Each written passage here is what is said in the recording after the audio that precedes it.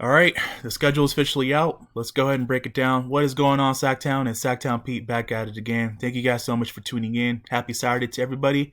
Let's go ahead and break down the official 2021-2022 Sacramento Kings NBA schedule. And let's go ahead and give a shout out to Jason Anderson for breaking it down. Just looking at this article, how you broke it down. I want to go ahead and dive down into the article that he posted. So let's go and talk about this. It's a complete breakdown of the schedule. So he goes on to say the Kings don't know if this will be the year at the end of the 15-year drought, but they can begin to chart a potential path to the postseason after NBA veiled its full 82-game season. Schedules for all 30 teams Friday. The Kings will start the season on the road against the Portland Trailblazers on October 20th at the Moda Center before returning home for their home opener against the Utah Jazz, which will be Friday, October 22nd at Golden One Center. They will then face the Golden State Warriors at home on October 24th before embarking on an early 4-game trip to face the Phoenix Suns, Pelicans, the Mavericks, and the Utah Jazz. The Sacramento Kings will face the Los Angeles Lakers for the first time in November 26th at the Staples Center.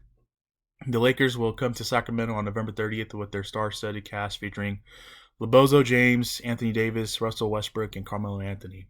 So we'll scroll all the way down. Always fun to see Laker fans in the building, so and vice versa. With another 4-game trip in mid-November, the Kings will play 9 of their 16 games on the road. They will get plenty of home cooking around the holidays when they play 9 out of 10 at Golden One Center from December 15th to January 2nd. Sacramento will ring in the new year with Luka Doncic and the Dallas Mavericks, who will play back-to-back sets at Golden One December 29th and December 31st. The Kings will have 3 5-game road trips later in the season, including one that will make them take them east to play the defending champs, the Bucks, Celtics, Hawks, Sixers, and the Knicks. The Kings are still in the playoff contention in late March. They might have to pick up some big road wins to reach the postseason. They will play 7 of their 9 games away from home, including the final game of the regular season against the Suns on April 10th. So we'll go scroll further down here. The Kings will play 3 games against the Blazers, Spurs, Minnesota, and Memphis. They will play 4 games against each other teams in the Western Conference and 2 games against each team in the Eastern Conference. The Kings will play 4 games on NBA TV, but they won't have any national televised games on the ABC, ESPN, or TNT. Regular season slate was announced a day after the Kings released their preseason schedule, which features the 4 games that I mentioned in my previous video: Suns, Clippers, Blazers, and the Lakers. Excuse me. Sacramento went 31-41 to tie the Pelicans for 11th in the West Conference last season, missing the play-in tournament by 2 games. Kings missed playoffs for the 15th straight year in a row, matching the longest postseason drought in the NBA history. The Kings will add rookie Davion Mitchell, 9th overall pick in the last month's draft, and co-MVP of the summer league, this past summer league, to a core group that features Fox, Halliburton, Hield, Barnes, Bagley, and Rashawn Holmes. General manager Monty McNair could still make a move to bolster the team's roster under Coach Walton, but at this point, the odds of making the playoffs are not in Sacramento's favor. The Kings are a plus 450 underdogs to reach the playoffs, according to TheLines.com, and a plus 2,500 underdogs to reach the NBA Finals, according to TheVegasInsider.com. So if we scroll further down, training camp is set to begin September 28th. The season will tip off October 10th and the end April 10th. The play-in tournament will be held April 12th through the 15th, with the playoff schedule to begin April 16th. All right, so with that being said, I like it. I like the fact that we're starting off with the schedule with 4 legitimate playoff caliber teams. It's only going to make us better. I know a lot of fans are complaining about the schedule and their rough start. I'm not complaining at all, man. I think this is good for the Sacramento Kings to get off to play these rough have a rough pivotal stretch to start off the season. It's only going to make us better. Everyone's talking about 0-5, 0-4. I can guarantee you right now, the Sacramento Kings are not going to start the season off 0-4, 0-5. There's just no way. There's no way. I don't see that happening. We go to Portland to play Dame and CJ to start the season. As it was previously rumored, it is confirmed now. Our home opener, which I hope to see everybody. If you guys are in the Sacramento area, I hope to see you guys there because I will be at the home opener Friday, October 22nd against Donovan Mitchell and the Utah Jazz, which will be a tough game. It will be a tough game. So, but we played them really well last season. But that was last season. So, I'm looking forward to it, man. And then we got Steph Curry, Klay Thompson's back healthy, Draymond Green, and the Golden State Warriors coming to Sacramento on that Sunday, the 24th. And I'm looking forward to that as well, man. I want to see Klay Thompson healthy and back at it. Definitely has been missed the last 2 seasons in the NBA overall as a fan. But, man, I'm telling you what, Golden State Warriors are back in the mix if they stay healthy, and they can possibly be a contending team this upcoming season. So it's good to have that elite guards come into Sac or playing on the road. You know, I want to see Davion Mitchell, like I said previously before. I want to see him. This will be a good test for Davion. I want to see him play against these elite guards and see how he shakes up against these elite guards in the Western Conference, especially. So I'm looking forward to it, man. The Lakers do come in November, so that's always going to be a notable game just because they are the Lakers. And I'm looking forward to just seeing how the Sacramento Kings overall, how this roster looks. September 28th, training camp. It'll be here. It's around the corner, guys. Pretty much, we're going into our last week of August. Training camp, and it'll be September next week. So training camp is around the corner. And with that being said, like, I want to see if this team, how this roster looks. Because I know that the playoff odds are against us, and they should be, because other than in terms of improving your defense, yes, you improved your defense, but as far as swing for the fences and making that big acquisition through a trade or free agency, the Kings did not do that. They didn't. They did a good job of retaining their own free agents with the Terrence Davis and the Rashad Holmes. I give them that.